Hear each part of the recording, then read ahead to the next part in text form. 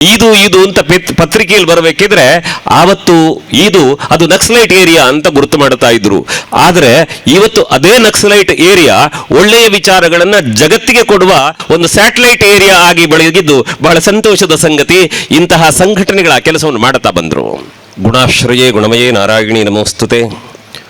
ಸಂಸಾರೈಕ ನಿಮಿತ್ತಾಯ ಸಂಸಾರ ನಿಧನಾಯ ಚ ನಮಃ ಸಂಸಾರ ರೂಪಾಯ ನಿಸ್ಸಂಸಾರಾಯ ಶಂಭವೇ. ವೇದಿಕೆಯಲ್ಲಿರುವಂಥ ಗೌರವಾನ್ವಿತ ಶರಣರೇ, ಸಮಾರಂಭದ ಅಧ್ಯಕ್ಷರೇ, ವೇದಿಕೆಯಲ್ಲಿರುವಂಥ ಎಲ್ಲ ಗಣ್ಯಮಾನ್ಯರೇ, ಮುಂಭಾಗದಲ್ಲಿರುವಂಥ ಸಜ್ಜನ ಬಂಧುಗಳೇ, ಯಾವುದೇ ವ್ಯಕ್ತಿ ಒಂದು ವೇದಿಕೆಯಲ್ಲಿ ಕಾಣಿಸಿಕೊಂಡ್ರೆ, 4 ಜನರ ಮುಂದೆ ಗೌರವದಿಂದ ಕಾಣಿಸಿಕೊಂಡ್ರೆ, ಮೊದಲು ನಾವು ನೆನಪಿಸಿಕೊಳ್ಳಬೇಕಾದ್ದು ಯಾರನ್ನು ಅಂತಂದ್ರೆ ಆ ವೇದಿಕೆಯನ್ನು ಕೊಟ್ಟವರಿಗೆ ಧನ್ಯವಾದ ಹೇಳಬೇಕಂತೆ. ಹಾಗಾಗಿ ಈ ಸಂಘಟನೆಗೆ ನಾನು ಮೊದಲಾಗಿ ತಲೆಬಾಗುತ್ತೇನೆ.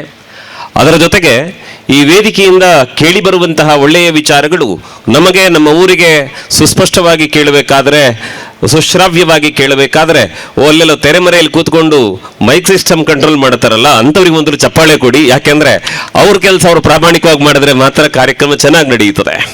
ಹಾಗಾಗಿ ಹೀಗೆ ಅಲ್ಲೆಲ್ಲೋ ಕಂಬ ನೆಟ್ಟವರು, ಬ್ಯಾನರ್ಗಳು ಕಟ್ಟದವರು, ಇನ್ನೆಲ್ಲೋ ತೆರೆ ಮನೆಯಲ್ಲಿ ಕೆಲಸ ಮಾಡಿದವರು ತುಂಬ ಜನ ಇದ್ದಾರೆ. ಈ ಕಾರ್ಯಕ್ರಮದ ಯಶಸ್ಸು ಕೇವಲ ವೇದಿಕೆಯ ಮೇಲಿರುವ ನಮ್ಮಿಂದಲ್ಲ, ಅದರ ಜೊತೆಗೆ ಸೇರಿಕೊಂಡಿರುವ ನಿಮ್ಮಿಂದ. ಮೊದಲನೇದು, ಈ ಪರಿಸರದಲ್ಲಿ ಮೊನ್ನೆಯಿಂದ 3-4 ದಿನಗಳ ಕಾಲ ಬೇರೆ ಬೇರೆ ಧಾರ್ಮಿಕ ಕಾರ್ಯಕ್ರಮಗಳು ನಡೆದಾಗ ಹಗಲು ರಾತ್ರಿಗಳ ಭೇದವಿಲ್ಲದೆ ದುಡಿದು ನಿದ್ದೆಗೆಟ್ಟರೂ ಕೂಡ ಮತ್ತೆ ಈ ಮಧ್ಯಾಹ್ನದ ಹೊತ್ತಿಗೆ ಬಂದು ಇಷ್ಟು ಸಾವಧಾನ ಮನಸ್ಸಿನಿಂದ ಈ ಕಾರ್ಯಕ್ರಮ ಚಂದಗಾಣಿಸಿಕೊಡ್ತೀರಲ್ಲ, ಮೊದಲಿಗೆ ನಿಮಗೆ ಚಪ್ಪಾಳೆ ಕೊಡಲಿಕ್ಕೆ ನಮ್ಮ ಕೈಗಳು ಕಡಿಮೆ ಆಗ್ತದೆ. ನಿಮ್ಮದೇ ಚಪ್ಪಾಳೆಯ ಮೂಲಕ ನಿಮಗೆ ಅಭಿನಂದನೆ ನೀವು ಸ್ವೀಕರಿಸಬೇಕು ಅಂತ ಕೇಳ್ಕೊಳ್ಳುತ್ತೇನೆ. ಕಾರ್ಯಕ್ರಮದ ಮುಂದಿನ ಭಾಗವಾಗಿ ಯಾವುದೇ ಒಂದು ಜಾಗಕ್ಕೆ ಬಂದಾಗ ಒಳ್ಳೇದು ಏನು ಕಾಣಿಸ್ತದೆ ಅಂತ ನೋಡಿ ಸಂಭ್ರಮಿಸಬೇಕಂತೆ ನಾವು. ನನಗೆ ಖುಷಿ ಅನಿಸಿದ್ದೇನು ಅಂತಂದ್ರೆ, ಇದು ಅಂತ ಪತ್ರಿಕೆಯಲ್ಲಿ ಬರಬೇಕಿದ್ರೆ ಆವತ್ತು ಅದು ನಕ್ಸಲೈಟ್ ಏರಿಯಾ ಅಂತ ಗುರುತು ಮಾಡ್ತಾ ಇದ್ರು. ಆದರೆ ಇವತ್ತು ಅದೇ ನಕ್ಸಲೈಟ್ ಏರಿಯಾ ಒಳ್ಳೆಯ ವಿಚಾರಗಳನ್ನ ಜಗತ್ತಿಗೆ ಕೊಡುವ ಒಂದು ಸ್ಯಾಟಲೈಟ್ ಏರಿಯಾ ಆಗಿ ಬೆಳಗಿದ್ದು ಬಹಳ ಸಂತೋಷದ ಸಂಗತಿ. ಇಂತಹ ಸಂಘಟನೆಗಳ ಕೆಲಸವನ್ನು ಮಾಡುತ್ತಾ ಬಂದ್ರು. ಯಾರೋ ನಕ್ಸಲ್ಗಳಿದ್ರು ಅಂತ ಕೇಳ್ತಾ ಇದ್ದ ಜಾಗದಲ್ಲಿ ಇವತ್ತು ನಕ್ಷತ್ರಗಳು ಕಾಣಿಸಿಕೊಳ್ತವಲ್ಲ, ಇದಕ್ಕೆ ಸಂಭ್ರಮಿಸಬೇಕು ನಾವು. ಇದು ಹಿಂದೂ ಧರ್ಮದ ತಾಕತ್ತು. ಇನ್ನೊಂದು, ನಮ್ಮಲ್ಲಿ ದೇವರಿಗೆ ಪೂಜೆ ಕಲಶ ಇಟ್ಟರೆ, ದೇವರಿಗೆ ಪೂಜೆ ಮಾಡುವಾಗ ಬಲಭಾಗದಿಂದ ಪ್ರಸಾದ ಬಿದ್ದರೆ ಅದೊಂದು ಶುಭ ಶಕುನ ಅಂತ ನಾವು ನಂಬುತ್ತೇವೆ. ಇವತ್ತು ಎಷ್ಟು ಚೆನ್ನಾಗಿ ಪೂಜೆ ಮಾಡಿ ಪ್ರಾರ್ಥನೆ ಮಾಡಿದಿಲ್ಲ ಅರ್ಚಕರು, ಸೂರ್ಯನಾರಾಯಣ ದೇವಸ್ಥಾನದವರು.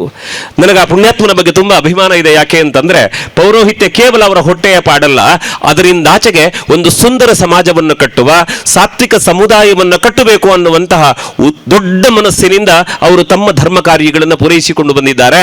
ಅಂತಹ ಪುರೋಹಿತರುಗಳು ಎಷ್ಟು ಕಾಲ ಈ ಸಮಾಜದಲ್ಲಿ ಇರ್ತಾರೆ ಅಲ್ಲಿವರೆಗೆ ಧಾರ್ಮಿಕ ಕಾರ್ಯಕ್ರಮಗಳು ನಿಜವಾದ ಮೌಲ್ಯವನ್ನು ಪಡೆಯುತ್ತವೆ. ಹಾಗಾಗಿ ಅವರಿಗೊಂದು ಧನ್ಯವಾದ ಹೇಳೋಣ. ಜೊತೆಗೆ ದೇವರಿಗೆ ಮಂಗಳಾರತಿ ಮಾಡಬೇಕಿದ್ರೆ ಅಲ್ಲಿದ್ದವರಿಗೆಲ್ಲ ಕಾಣಿಸಲಿಲ್ಲ, ಕಲಶದ ಪಕ್ಕದಲ್ಲಿ ನಾವು ನಿಂತದ್ರಿಂದ ಕಂಡೆ. ದೇವರ ಬಲಭಾಗದಿಂದ ಹೂವಿನ ಹೆಸರುಗಳು ಜಾರಿ ಜಾರಿ ಬೀಳ್ತಾ ಇದ್ದವು. ತುಂಬ ಖುಷಿ ಅನ್ನಿಸ್ತು.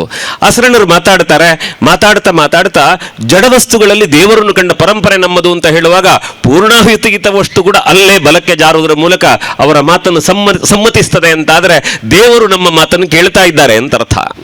ಇನ್ನೊಂದು ಬಹಳ ಕುತೂಹಲದ ಕಥೆ ನಿಮ್ಮ ಮುಂದೆ ಹೇಳಬೇಕು. ನಾವು ತಾಯಿ ಭಾರತೀಯ ಫೋಟೋವನ್ನು ಇಟ್ಟಿದ್ದೇವಲ್ಲ, ಅಲ್ಲಿ ಅವಳೇ ನಮಗೆ ದುರ್ಗೆ, ಅವಳೇ ನಮಗೆ ಕಾಳಿ, ಅವಳೇ ನಮಗೆ ಶಾರದೆ. ಯಾಕೆಂದ್ರೆ ಅವಳ ಮಡಿಲಲ್ಲಿ ಬದುಕ್ತಾ ಇರುವಂಥವರು ನಾವು. ಯಾವ ಭಾರತೀಯನ್ನು ತಾಯಿ ಭಗವತಿ ಅಂತ ನಾವು ಗೌರವಿಸ್ತೇವೋ ಅವಳ ಹೆಸರನ್ನು ಹೇಳ್ತಾ ಒಂದು ಸಂಘಟನೆ ಕಟ್ಟಿ ಆ ಯಜ್ಞ ನಡೆಸಿ ಪೂರ್ಣಾಹುತಿ ಮಾಡಬೇಕಿದ್ರೆ ಕಟೀಲಿನ ದುರ್ಗಾ ಪರಮೇಶ್ವರಿ ತನ್ನನ್ನು ಪೂಜೆ ಮಾಡಿಸಿದವರನ್ನ ಕಳಿಸುವುದರ ಮೂಲಕ ಅವಳ ಅನುಗ್ರಹದೊಂದಿಗೆ ಪೂರ್ಣಾಹುತಿ ನಡೆಯಿತಲ್ಲ, ಕಟೀಲಿನ ಭ್ರಾಮರಿ ನಮ್ಮ ಜೊತೆ ಬಂದಿದ್ದಾಳೆ ಅನ್ನೋದಕ್ಕೆ ಅದೊಂದು ದೊಡ್ಡ ಸಾಕ್ಷಿ ಅಂತ ನಾನು ಭಾವಿಸ್ತೇನೆ. ನನಗೆ ವೈಯಕ್ತಿಕವಾಗಿ ಒಂದು ಕಾರಣ ಖುಷಿ ಇದೆ. ಏನು ಅಂತಂದ್ರೆ, ದೇವಿಯನ್ನು ಪ್ರಾರ್ಥನೆ ಮಾಡಬೇಕಿದ್ರೆ ಅವಳು ಕದಂಬವನದಲ್ಲಿ ಸಂತಸಪಟ್ಟವಳು, ಸಂಭ್ರಮಿಸಿದವಳು ಅಂತ ಹೇಳ್ತಾರೆ. ಇವತ್ತು ಈ ಪುಣ್ಯ ಘಳಿಗೆಯಲ್ಲಿ ಈ ಜಾಗಕ್ಕೆ ಬಂದು ಕದಂಬದ ಗಿಡವನ್ನೇ ನೆಡುವ ಭಾಗ್ಯವನ್ನೂ ಆ ತಾಯಿ ನನಗೆ ಕೊಟ್ಲಲ್ಲ ಅಂತ ವೈಯಕ್ತಿಕವಾಗಿ ನಾನು ಸಂಭ್ರಮಿಸುವುದು.